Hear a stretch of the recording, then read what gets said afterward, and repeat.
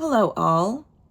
Today I am going to do a Buddhist theme spread with oracle cards. And today I will be using Sofan Chan Buddha Dhamma Oracle. And this oracle comes in category of 3 cards. So I will describe that in a bit. And also using Buddha Wisdom by, is this Shakti or Shakti? Shakti Power. And these kind of came in at the same time, kind of exploring some kind of oracles that also have some sort of, Buddhist sort of principles, messaging. And I actually just tried these out for myself earlier this morning. I'm also looking to cultivate some of my own personal processing, whether that is, journaling via card reading or, finding cards that will work for my needs. So these were really lovely. And one of the messages that actually came through that card spread was helping others. And so that is why I'm filming this, because if this can help me, it can definitely help you. So before we get started, and of course I have pulled a supporting stone, and I just got this one yesterday. It's either Scholasite or Skullsite. I think it's Scholasite. And what a gorgeous stone. When I saw this, it was like, ooh, this looks like lace, right? Almost looks like crystallized snow. There's just many things to kind of see and read into the beauty of the Scholasite. Scholasite, very appropriate. Promotes deep inner peace, aiding spiritual awakening, facilitating connection to the higher realms through its connection to the third eye and crown chakras. I must be really attracted to stones that connect third eye and crown chakra. It seems to be almost every stone these days.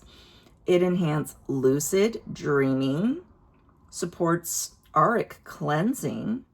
Ooh, cleansing of the aura, okay, and encourages emotional healing, fostered by self-love, compassion, and the release of emotional pain. Well, that is going to be like right in line with some of the energy and concepts and messages that will come out of these cards. Oh, that's exciting. Okay, and again, yeah, I did pull the Scholasite intuitively, without knowing the meaning, and then I look up the meaning. Okay, transparency. Okay, so let's go ahead and move these guidebooks, which I will probably need to reference, and let's move these over here while we, let's keep that there, while we break down the use of the Buddha Dhamma. Okay, so Buddha Dhamma is set up in 3 categories, and when I say these cards are wild, I mean every picture is different on top. They're very fun intuitively, because without, they're kind of hard to shuffle because they are, a small amount of cards. Therefore, I found like intuitively picking by looking at the image was really a cool new experience for me. So perhaps I will be doing that, okay? But before, let me get into, this is the Dukkha, this is the Samsara. These are the insight cards. So for Dukkha, these cards represent being in a state of discontentment and dissatisfaction. to help, you know, the misguided, this misguided energy by an untamed mind. We tend to think pleasure is happiness, suffering is pain. So the sort of purpose of these cards are to help identify the root of what needs to be overcome. Again, a state of discontentment, dissatisfaction. Okay? Samsara. These cards are meant to bring light to hidden blockages. So they represent identifying habitual ways of doing, thinking, and acting that are unconsciously driven by deep-seated energies that do not serve our highest purpose. So again, right, not in a high level of consciousness, but more in an autopilot. Sometimes in life, we get into an autopilot, not negative, not positive, but just maybe indifferent, you know, and not realizing that maybe there are other things under the surface of that type of motivation. Okay. And then the third category are the insight cards. So the insight cards are meant to connect to your inner wisdom and eliminate unnecessary self-inflicting corruptions of your human mind. I took that out of the guidebook. I did not make these words up. Remember, your mind sees problems, and your sacred heart gives you insight to co-create with life and access a boundless life force of wisdom, kindness, and compassion. So these, I feel, are like heavy duty, right? Like they're going to not get the job done, but they're going to get a sense of deeper understanding through the focuses. Okay. So with that said, the spread is basically one card from here, one card from here, one card from here. But as anyone who's been watching my videos, I tend to get more than one card, and we'll just work with that. Okay. And so, that's a big smack. Let's go ahead and, you know, I'm going to do the, because if I do the shuffle, I did get a card out, but it's hard to shuffle so little cards. What's interesting is as I shuffle, see, I already know which one I'm going to pick. It'll be this one. Look at these. Ooh. Okay. That is not the card I picked for myself last time. Okay. Let's see how this, ooh. Maybe it'll be that one. Again, right? Taking in these. Oh, I'm much more distracted with these. Nothing's really, nothing's speaking to me because they've been spoken for. Okay. See, how many do we get here? Okay, just 2. We can work with that. Okay. Ooh. All right. And then the insight cards. Let's see. Yeah. Again, I prefer to shuffle because then the energy is making the choice. But intuition is part of the energy too. Okay. I think I know which one I would pick. Let's see. It is this one. Okay. Nice. All right. I will well, no. I take it back. That's right. These cards have a bit written on them. So perhaps I won't go to the guidebook. Okay. So again, starting with dukkha, right? State of discontentment. Identifying the root of what needs to be overcome. Sensory desires. The craving of the person addicted to careless living grows like a creeper and will jump from life to life like a fruit-loving monkey in the forest. What? Oh, okay. The mind loves to pursue delight and comfort through the five senses of sight, sound, smell, taste, and touch, and is automatically programmed with the thought of the more the better. More means security. Oh, that's a very compassionate way of framing that. More means security. So trying to get a need met, but perhaps overindulgence, excess, attachment, addiction, and we get into FOMO energy here, this, and then we're getting into like jealousy, envy. There's quite a bit to beyond just like physical pleasure, sensory pleasure. Even that sense of missing out, right? Missing out on what? Cool. Okay. Let's move on to samsara, bringing light to hidden blockages. Oh, okay. So let's see if these are going to be related. Okay, beautiful. Reactive emotion and craving mind. Oh, I love these. The Dhamma is clearly visible, immediately inviting, uplifting to be personally sensed by the wise.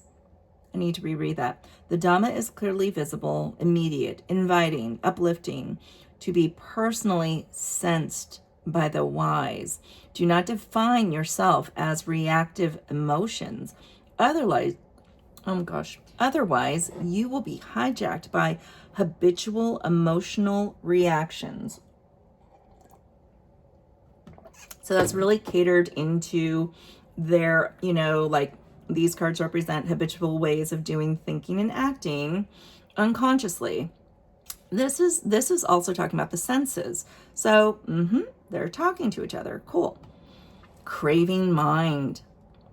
Anything you use to seek excessive pleasure and avoid pain can trap you in a cycle of craving and compulsion. Just what we were saying, right? When you lean against pleasure to create superficial happiness for a quick fix, you are feeding the hungry ghost within. It's like that empty bowl, like there's a hole at the bottom of the bowl, right? Soon as it goes down, you want more, and you want to. This is another way I've described like external validation.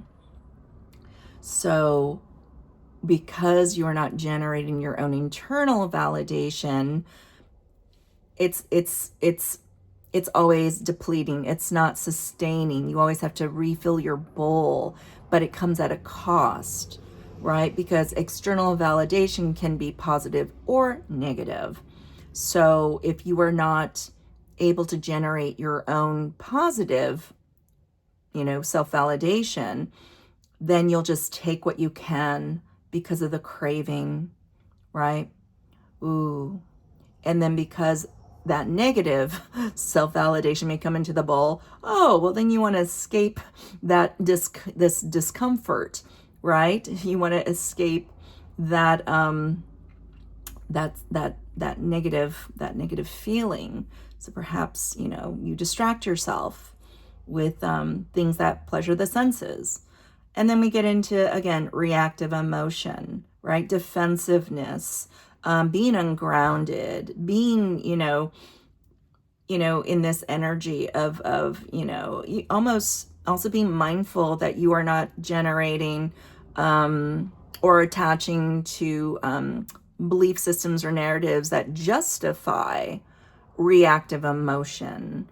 A lot of people give their power away, thinking they're in power. They made me do it. She made me say that. This made me feel this way. I wouldn't be this way if this wasn't that way, right? That type of energy. Okay. Ooh. Okay. Wow. Again, these are connected, right? Lovely, lovely. Now, let's see what the insight card has to say. Illuminate the message. No sensuous misconduct. From lust arrives grief. From lust arrives fear. For whoever is free from lust, there is no grief, much less fear. Sensuous misconduct. I've never heard that. Sensuous misconduct is easily created by the erroneous views of an untrained mind about what love is and what love isn't. Good. I'm glad they clarified with some love. Again, there's a difference between lust and love, right? Lust may actually be coming from a more unconscious, driven, deep-seated energy. Lust is reactive, right? Lust is, and I want to also, be mindful, be compassionate, right? There's this phrasing, sensuous misconduct, right? Lust and balance, right? If we're being more objective, right? If it is just, oh, I'm having a physiological response to, hormonal attraction, visual attraction, emotional attraction, psychological attraction, whatever, right? That is sometimes part of attraction is lust. If it is only lust, then we're getting back into the craving mind. We're getting back into we're never satisfied. We're getting back into the, why does this not make me feel better, right? That emptiness. Whereas, well then love, right? Love. Do we deserve love? Are we ready for love? Are we afraid of love?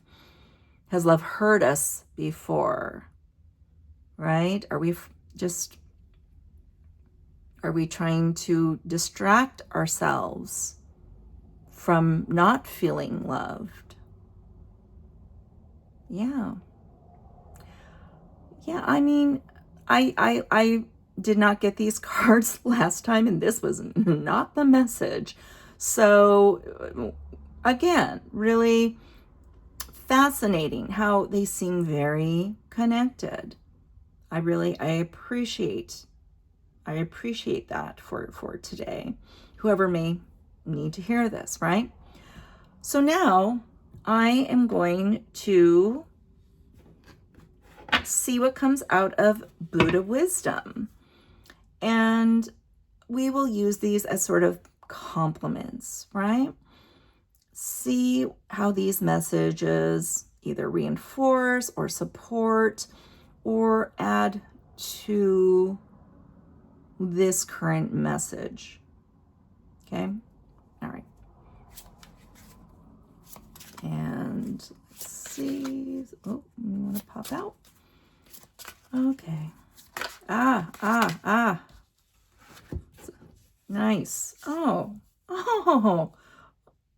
these, I'm not even reading these yet. These are lovely. And that's usually why I'm, drawn to certain cards, oracles or tarots. I'm always drawn in by the images I see when I'm looking online. Ooh, and I've also had some recommended to me by friends as well. So where do I start? Durga, the warrior goddess, dispeller of darkness. Become a warrior to dispel the darkness. So is Durga the lust warrior? I mean, is she dispelling reactivity? Is she, dispeller of darkness, bringing to light the hidden blockages. These are our blockage cards. Will Durga, the warrior goddess, help support those that need to bring these blockages to light? Okay. And how interesting, she's like right there underneath. Okay. A devotee offering his gift of song. Here he is. Hey, what is that? Is that a little cup of tea? Hey, he's got a little cup of warm tea there while he's jamming. Oh, and here's oh gosh, okay, there's a lot going on. Eagle, some fruit, bountiful, two little birds, ducks, something in the water. Your skills are the gifts you can share with others. What a lovely reminder. You know, sometimes people are always searching for kind of not just satisfaction, but meaning, value, you know, outside of themselves.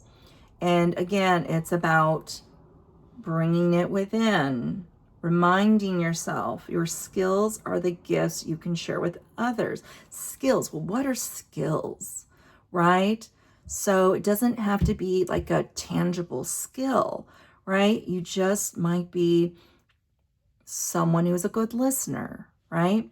You may be someone who is quiet, introverted, creative, but you know, you make music, you make art, you know, you stay, you know, behind the scenes.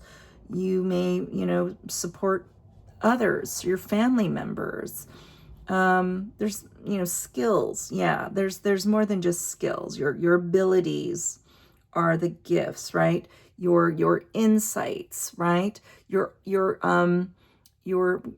kind of mental, you know, kind of emotional, spiritual offerings.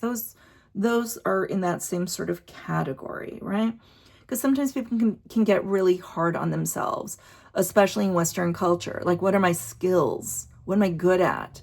You know, it's always very, very, you know, like productive focus or very outcome focus. And people get all sort of, you know, wrapped up in comparison, right? Right. Kind of reinforcing a sense of lack, right? That FOMO. That's what I was getting at, like comparison. Watch it. Be mindful. Be mindful. That will take you down a very dark hole. That will take you down into the darkness. And you will forget that there's more for you to offer. Ooh, well, I think I'm going to end it there. Hopefully this is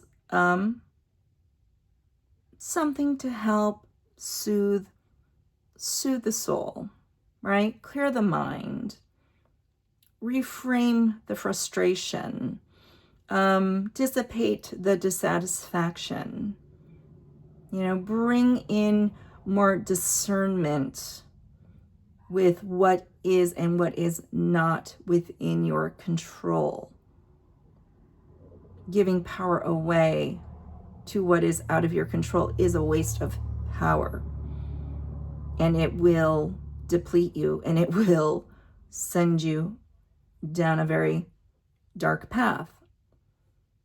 So again, and then also nothing inherently wrong with you know, pleasing the senses, right? Just be mindful of the motivation, be mindful of the intensity, be mindful of the, you know, out of balance of it, right? That does not consume you. That does not become the thing that you're still like craving, right? And you have to constantly, you know, just exhaust yourself, put yourself through the same thing over and over and over and still not feel at peace. Okay. Well, have a have a break, have a pause. I need to back it up. Thank you for coming into this energy. Thank you for coming into this energy. Thank you for allowing me to share kind of the possibility of, you know, bringing in some of your own mindfulness practice via oracle cards, right? And taking like a deeper look within in the framework that helps us understand like how to look at that. Okay. And so, you know, have what kind of day? I don't know. Have a good day for sure, right? Have a fulfilling day that comes from your own internal sense of validation. Have a day filled with exploring, being curious about not just what your gifts are, but how your gifts are actually making a difference in the lives of those you know, those that observe, those that may never see what you do, but energetically, you may be impacting the world in a more positive way than you realize. All right, well, take good care. Bye-bye.